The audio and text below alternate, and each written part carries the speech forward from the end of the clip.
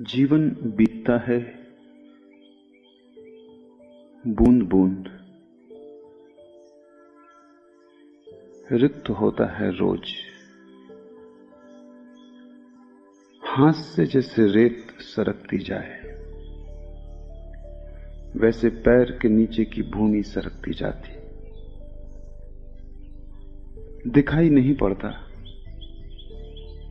क्योंकि देखने के लिए बड़ी सजगता चाहिए। और इतने धीमे धीमे बीतता है जीवन कि पता नहीं चलता कि हर घड़ी मौत निकट आ रही। जब भी कोई मरता है तो मन सोचता है मौत सदा दूसरे की होती। मैं तो कभी मरता नहीं, कोई और मरता है, पड़ोसी मरता है। लेकिन हर मौत तुम्हारी मौत की खबर लाती। जो पड़ोसी को हुआ वही तुम्हें भी हो जाने वाला है। आखिरी क्षण तक भी होश नहीं आता, गफलत में, बेहोशी में। अपने ही हाथ से आदमी अपने को समाप्त कर लेता है। और जो भी तुम कर रहे हो उसका कोई भी आत्यंतिक मूल्य नहीं है। कितना ही धन कमाओ, कितनी ही पद प्रतिष्ठा मिले, मौत सभी कुछ साफ कर देती। मौत सब मिटा देती। तुम्हारे बनाए सब घर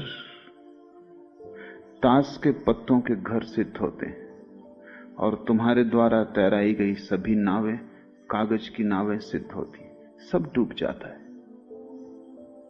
जिसे ये होश आना शुरू हो गया कि मौत है, उसी के जीवन में धर्म की किरण उतरती। मौत का स्मरण धर्म की प्राथमिक भूमिका है। अगर मृत्यु न होती तो संसार में धर्म भी न होता। मृत्यु है इसलिए धर्म की संभावना है। और जब तक तुम मृत्यु को झुठलाओगे तब तक तुम्हारे जीवन में धर्म की किरण न उतरेगी। मृत्यु को ठीक से समझो, क्योंकि उसके आधार पर ही जीवन में क्रांति होगी। तुम्हें अगर पता चल जाए आज सांझ ही मर जाना है, तो क्या तुम सोचते हो तुम्हारे दिन का व्यवहार वही रहेगा जो इस पता न चलने पर रहता? क्या तुम उसी भांति दुकान जाओगे, उसी भांति ग्राहकों का शोषण करोगे? क्या उसी भांति व्यवहार करोगे जैसा कल किया था? क्या पैसे पर तुम्हारी पकड़ वैसी ही होगी जैसे एक क्षण पहले तक थी? क्या मन में वासना उठेगी, काम जगेगा, सुंदर स्त्रियां आकर्षित करेंगी, राह से गुजरती कार मोहित करेगी, किसी का भवन देखकर ईर्ष्या होगी? नहीं, सब बदल जाएगा। अगर मौत पता चल जाए कि आज ही सांझ हो जाने वाली, तुम्हारे जीवन का सारा अर्थ, तुम्हारे जीवन का सारा प्रयोजन, तुम्हारे जीवन का सारा ढंग और शैली बदल जाएगी। मौत का जरा सा भी स्मरण तुम्हें वही न रहने देगा जो तुम हो। और तुम जो हो बिल्कुल गलत हो, क्योंकि सिवाय दुख के और तुम्हारे होने से कुछ भी फल नहीं आता है। फल लगते हैं निश्चित, केवल दुख के लगते हैं। फल लगते हैं निश्चित, तुम्हारी आशाओं के अनुकूल नहीं, न तुम्हारे स्वप्नों के अनुसार। फल लगते हैं तुम्हारी आशाओं के विपरीत, तुम्हारे सपनों से बिल्कुल उल्टे। जीवन के अंत में सिर्फ राख छूट जाती है हाथ में, और एक विषाद और एक गहन पीड़ा के एक और अवसर खो गया। इसलिए तो मरते वक्त लोग इतने दुखी और पीड़ित मरते हैं। अन्यथा अगर जीवन की चरितार्थता उपलब्ध हुई हो, और जीवन की धन्यता को जाना हो, और जीवन एक गीत बन गया हो, जिसे कबीर कहते हैं सुमरन बन गया हो, एक याददाश्त कि मैं कौन हूं, तो मृत्यु तो एक महोत्सव हो जाएगी। क्योंकि वो तो सारे जीवन की परिपूर्णता है, वो तो सारे जीवन का निचोड़ सार है।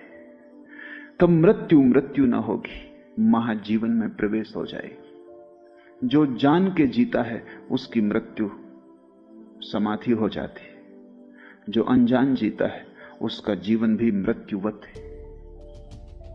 जो होश से जीता है वो मरता ही नहीं, जो बेहोशी में जीता है वो कभी जीता ही नहीं।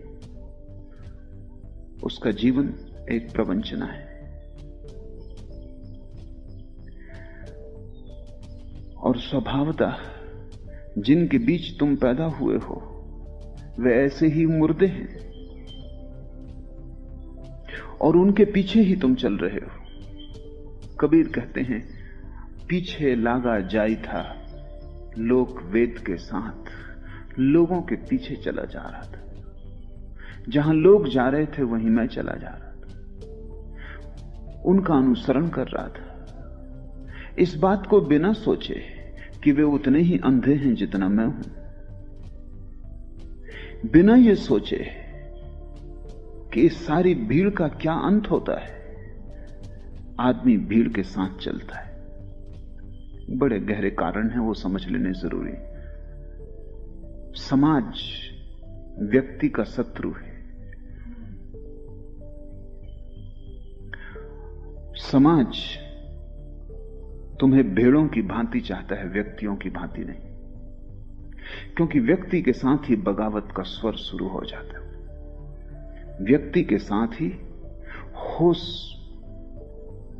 और जैसे ही होश की पहली किरण उतरी कि व्यक्ति अपने मार्ग को खोजने में लग जाता है, फिर वो भीड़ के पीछे नहीं चलता।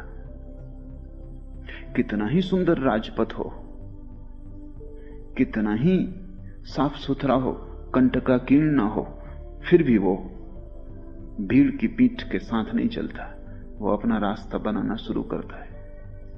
होश जैसे ही आया कि तुम समाज से टूट जाते हो, तुम पहली दफा स्वयं होते हो, और स्वयं होने में बगावत है, विद्रोह है, क्रांति।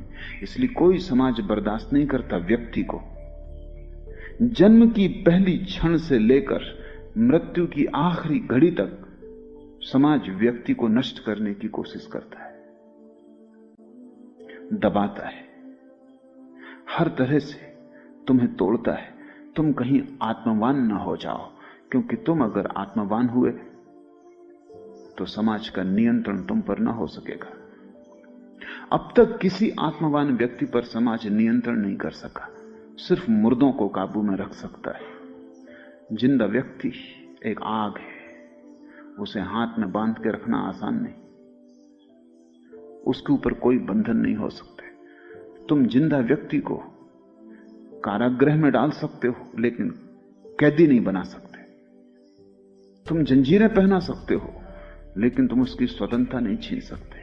उसकी स्वतंत्रता आंतरिक है, वो उसकी स्वतंत्रता है। इसलिए सभी समाज बिना किसी अपवाद के, चाहे वे पूंजीवादी हों, चाहे समाजवादी हों, चाहे साम्यवादी हों, सभी समाज व्यक्ति के दुश्मन हैं। और समाज में होने वाली कोई भी क्रांति वास्तविक क्रांति नहीं है, धोखा है। चाहे फ्रांस में हो, चाहे रूस में, चाहे चीन में, सभी क्रांतियां धोखे हैं।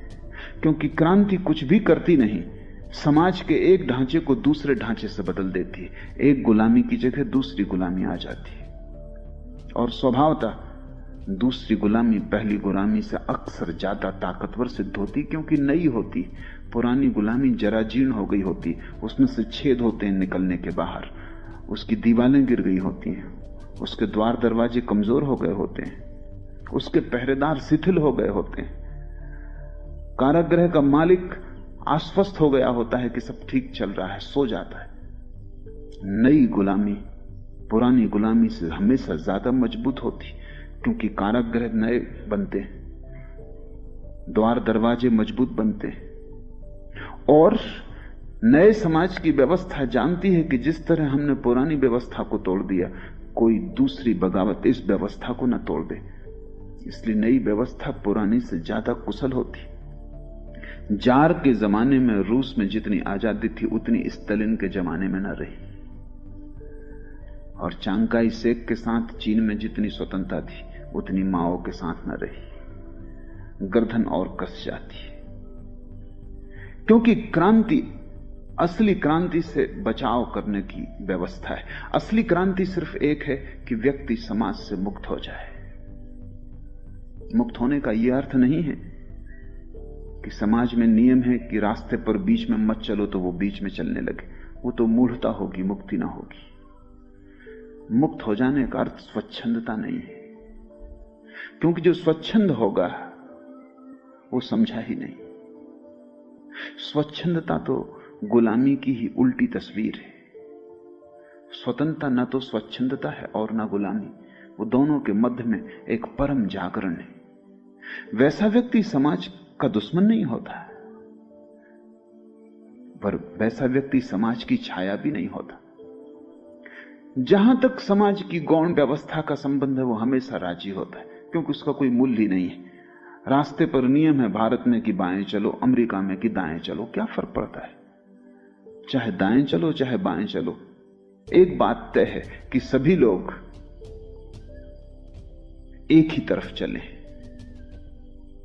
ताकि रास्ते पर सुविधा रहे। बाएं चलने से भी काम चल जाता है, दाएं चलने से भी काम चल जाता है, लेकिन सभी लोग बाएं दाएं इकट्ठा चलने लगे तो काम ना चलेगा, तो अड़चन होगी।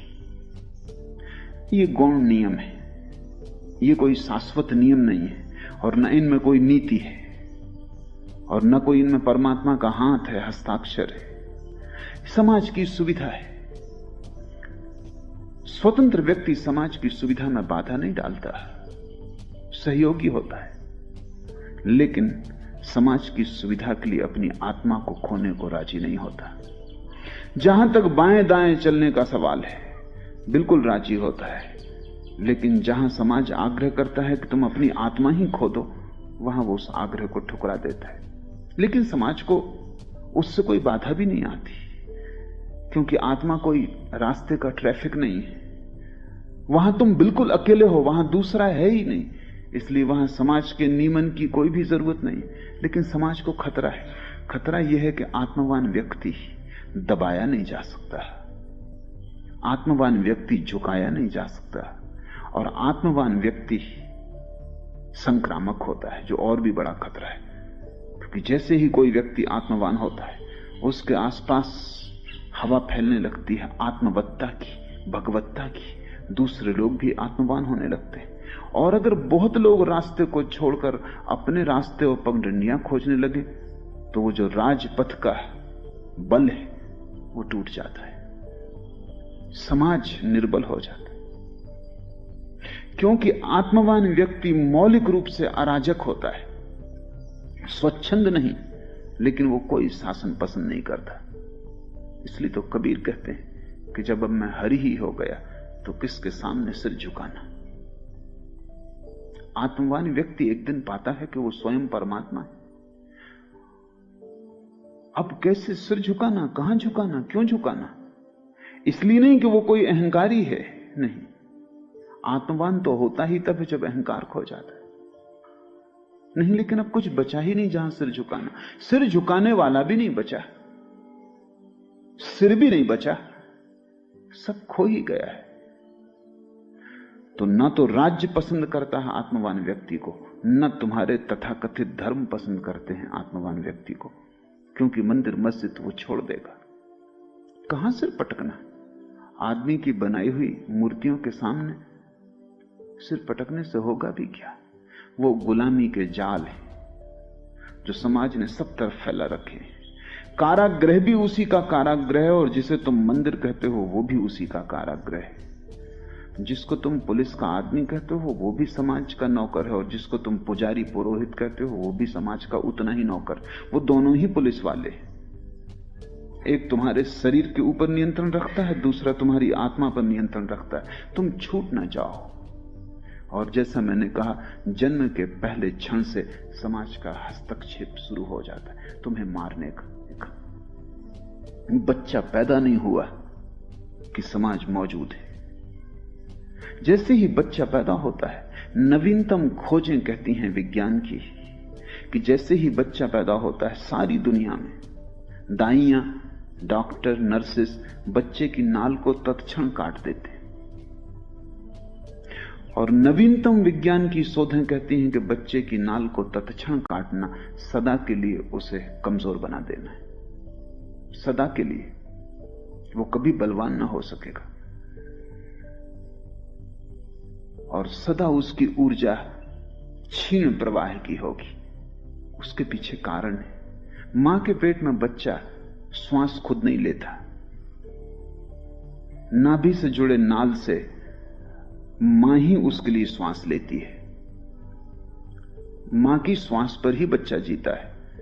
बच्चे का हृदय धड़कता है, लेकिन बच्चा स्वयं श्वास नहीं लेता। श्वास, ऑक्सीजन, वायु, प्राण नाभि से भीतर जाते हैं। वो बच्चे की व्यवस्था है मां के पेट में कि वो मां का एक अंग है, मां का अंग होकर जीता है। जैसे ही बच्चा मां के पेट के बाहर आया, एकदम से श्वास नहीं ले सकता, क्योंकि नए यंत्र को चलने में थोड़ा वक्त लगेगा। भीतर एक बड़ी रूपांतरण घटेगा। अभी तक नाभि से सांस ली थी, अब नाक से सांस लेगा। एक नई व्यवस्था शुरू होगी। इसमें कोई 5 मिनट 7 मिनट लगते हैं, लेकिन हम बच्चे की नाल तत्क्षण काट देते हैं, जबकि बच्चा मां से अभी नाल के द्वारा सांस ले ही रहा था। 5-7 मिनट में रूपांतरण हो जाएगा, बच्चा सांस लेने लगेगा, उसका हृदय फड़कने लगेगा। तब तुम नाल को काटना, क्योंकि अब बच्चा स्वयं अपनी ऊर्जा को पाने लगा। ज्यादा देर नहीं लगती, 5-7 मिनट का ही मामला है, लेकिन धैर्य नहीं है समाज को। बड़े से बड़े अस्पताल में कुशल से कुशल डॉक्टर के नीचे भी वही हो रहा है जो गैर कुशल दाई गांव में कर रही, बेपढ़ी लिखी दाई गांव में कर रही। उनके काटने के ढंग बदल गए हैं। दाई बेहुदे ढंग से काटती है, उसके पास उतने कुशल औजार नहीं। डॉक्टर बड़ी कुशलता से काटता है, उसके पास सुविधा संपन्नता है, सारे कुशल औजार हैं, लेकिन दोनों एक ही काम कर रहे हैं। जैसे ही तुम नाल काट देते हो, सारे बच्चे का जीवन तंत्र कपकपा जाता है, हड़बड़ा जाता है, और इसलिए बच्चा रो उठता है, चीखता है, क्योंकि एक नई सांस की व्यवस्था उसको लेनी पड़ती। घबराहट से सांस लेता है, और पहली सांस जिसने घबराहट से, भय से, कंपन से ली हो, उसके जीवन भर भय और कंपन प्रविष्ट हो जाएगा, क्योंकि श्वास जीवन है। भय पहली ही श्वास से जुड़ गया। अब पूरे जीवन ये भयभीत आदमी होगा। 5 मिनट रुका जा सकता है। 5 मिनट के बाद अपने आप नाभि से जुड़ा हुआ नाल और उसका कंपन बंद हो जाता है। 5 मिनट तक कंपन जारी रहता है, क्योंकि धड़कन जारी रहती, श्वास जारी रहती। 5 मिनट में नाल अपने आप बंद हो जाती है, प्रकृति के द्वारा ही उसका कंपन बंद हो जाता है, उसकी गर्मी और ऊर्जा खो जाती है। यंत्र बदल गया। अब तुम काट सकते हो, अब तुम मुर्दा चीज को काट रहे हो। 5 मिनट पहले तुम जिंदा चीज को काट रहे थे, और तुमने बच्चे को पहला धक्का दे दिया। और बच्चा बहुत कोमल है, अति कोमल है। 9 महीने मां के पेट में उसने कोई कष्ट नहीं जाना, कोई पीड़ा नहीं जानी, किसी तरह का दुख नहीं जाना। एकदम स्वर्ग से, अदन के बगीचे से बाहर आ रहा है, और तुमने उसे पहला धक्का दे दिया। मनोवैज्ञानिक कहते हैं ये जो धक्का है, ये सारी दुनिया को कमजोर बनाए हुए है। डॉक्टर को जल्दी है, शायद वो कहेगा कि 25 और बच्चे होने वाले। हड़बड़ाहट है, बेचैनी, उसका खुद मन तना हुआ है, और उसे पता नहीं वो क्या कर रहा है। अब तो ये अचेतन का हिस्सा हो गया कि बच्चा पैदा हुआ, नाल काट दी। जन्म की पहली घड़ी से भय समाविष्ट हो गया। अब तुम्हें कोई भी डरा सकेगा, अब तुम्हें कोई भी चीज डरा सकेगी। पुलिस का डंडा डरा सकेगा, पुरोहित की आवाज डरा सकेगी कि नरक चले जाओगे। अब तुम्हें कोई भी प्रलोभित कर लेगा, क्योंकि प्रलोभन भय का ही दूसरा रूप है। और ये चलती है समाज की व्यवस्था अंतिम क्षण तक, आखिरी दम तक। तुम जीना चाहो तो भी तुम स्वतंत्र नहीं, हस्तक्षेप। तुम मरना चाहो तो भी हस्तक्षेप। मरने की स्वतंत्रता नहीं। यूरोप और अमेरिका में जहां चिकित्सा ने बहुत विकास कर लिया, लाखों लोग अस्पतालों में पड़े जो मरना चाहते, जो सरकारों को आवेदन करते हैं कि हम मरना चाहते हैं। कोई 100 साल के करीब पहुंच गया है, जीवन जी लिया गया, जो जानना था जान लिया, जो भटकना था भटक लिया, जो देखना था देख लिया। अब ना कुछ देखने को बचा, ना जानने को, ना अब कोई जीने में रस रह गया। लेकिन डॉक्टरों को आज्ञा नहीं है किसी को मरने में सहायता देने की। न केवल यही, बल्कि डॉक्टरों को आज्ञा है कि जब तक बन सके आदमी को जिंदा रखने की कोशिश करें। तो लोग टंगे हैं अस्पतालों में, टांगें बंधी हैं, हाथ बंधे हैं, ऑक्सीजन की नली लगी है, ग्लूकोज दिया जा रहा है, न उन्हें ठीक से होश है, न जीवन जैसी कोई चीज बची है। वो मरना चाहते हैं क्योंकि ये पीड़ा है अब, लेकिन मरने की किसी दुनिया के कानून में आज्ञा नहीं है। मरने की भी तुम्हें आजादी नहीं है। तो पश्चिम में एक नया आंदोलन चल रहा है, आत्म मरण की स्वतंत्रता का आंदोलन। अथनासिया उसको वो कहते हैं कि जो लोग मरना चाहते हैं दुनिया में, कोई उन्हें रोकने के किसी को हक नहीं, होना भी नहीं चाहिए। जिंदगी मेरी है, मैं मरना चाहता हूं, मरने की आज्ञा नहीं। अगर अपने को मारने की कोशिश में पकड़े गए तो सरकार तुम्हें मार डालेगी, मगर तुम्हें आजादी नहीं। ये बहुत मजे की बात है। अगर मैं चला जाऊं और पहाड़ से गिर के मरने की कोशिश कर रहा हूं और पकड़ लिया जाऊं तो सरकार मुझे फांसी देगी, क्योंकि मैंने गलत काम करने की कोशिश की। मैं भी यही काम कर रहा था, लेकिन उसमें स्वतंत्रता निहित थी। वो आज्ञा तुम्हें नहीं है। वो सरकार करे तो ठीक है, तुम करो तो नहीं। क्योंकि अगर मरने की तुम्हें आजादी हो जाए तो तुम जल्दी ही जीने की आजादी भी मांगोगे। वो संयुक्त है, दोनों आजादियां तुम्हें दी नहीं जा सकती। पैदा हुआ बच्चा की समाज की पूरी चेष्टा है कि वो समाज का अनुकरण करे, अनुसरण करे, पीछे चले, हमेशा आगे देख ले कि कोई पीठ है या नहीं। अगर कोई पीठ ना हो तो ठिठक के खड़ा हो जाए, खतरा है, गलत रास्ते पे जा रहा हूं। जब तक आगे पीठ दिखाई पड़ती रहे तभी तक रास्ता ठीक है। ये कबीर के वचन बड़े अनूठे हैं। कबीर कहते हैं, पीछे लागा जाई था लोक वेद के साथ। समाज यानी लोक और वेद यानी शास्त्र, दो के पीछे चला जा रहा था। पीठ भर दिखाई पड़ रही थी, पीछे से धक्के थे, आगे पीठ थी। एक भीड़ चली जा रही, बड़ी भीड़ है, कोई 4 अरब आदमी जमीन पर, भारी भयंकर प्रवाह चल रहा है। तुम्हारी छोटी सी लहर की किसको चिंता है? भयंकर तूफान है, बड़ी लहरें उठ रही हैं और भागी जा रही, तुम भी पीछे लगे चले जा रहे हो। सोचते हो कि जब तक पीठ दिखाई पड़ती है सब ठीक ही होगा। मैंने सुना है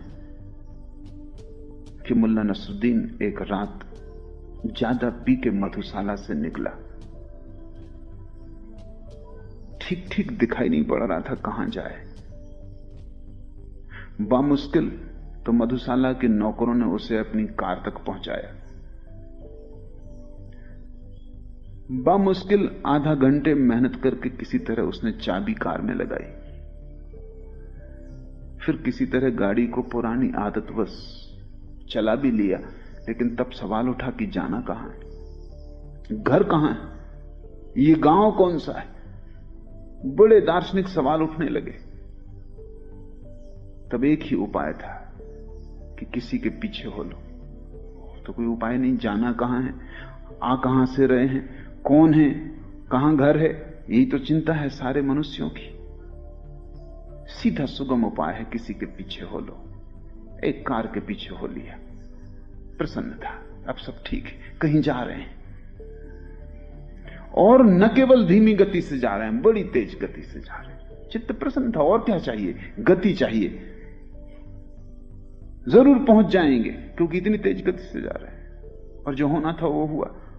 आखिर में जाके वो उस कार से टकरा गया तो उसने चिल्ला के कहा कि क्या मामला है, इशारा क्यों नहीं दिया कि गाड़ी खड़े करते हो? उस आदमी ने बाहर से निकाल के कहा कि अपने ही गैरेज में, इशारा देने की जरूरत है?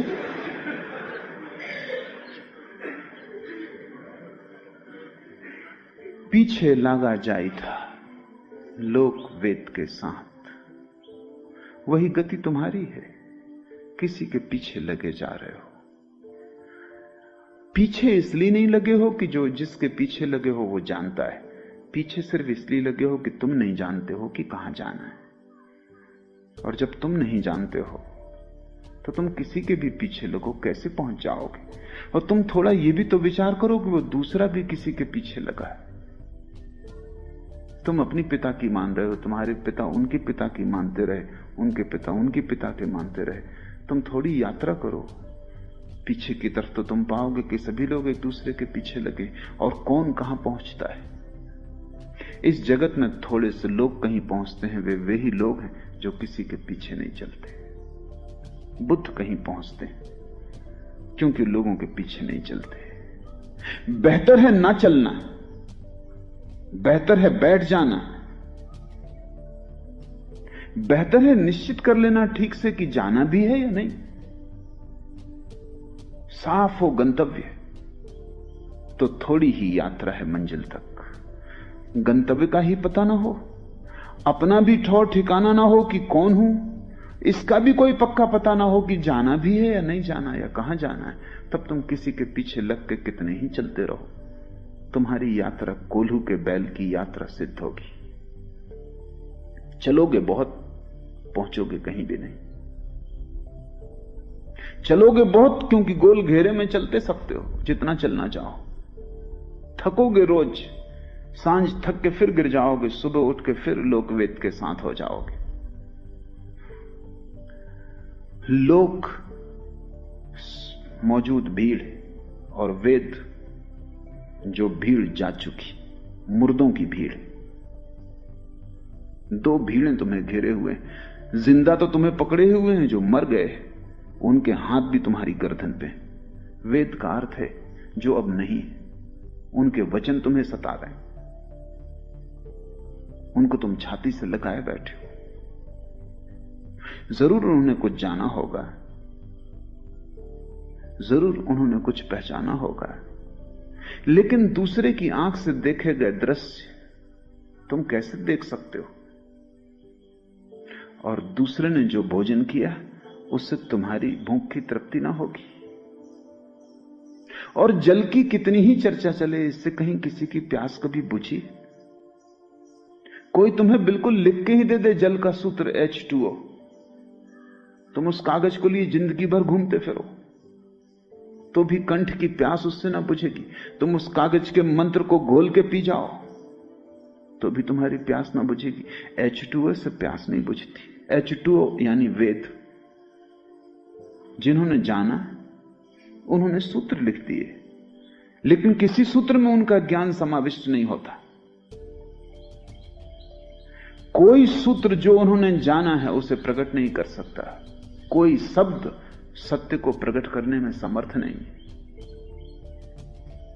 यही फर्क है सद्गुरु और वेद में।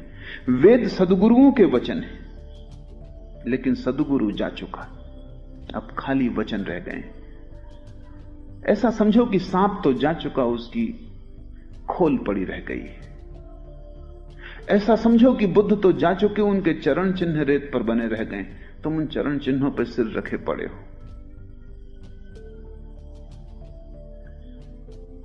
जीवित भीड़ से सावधान होना जरूरी है, जो अब नहीं रहे उनकी भीड़ से भी सावधान होना जरूरी है।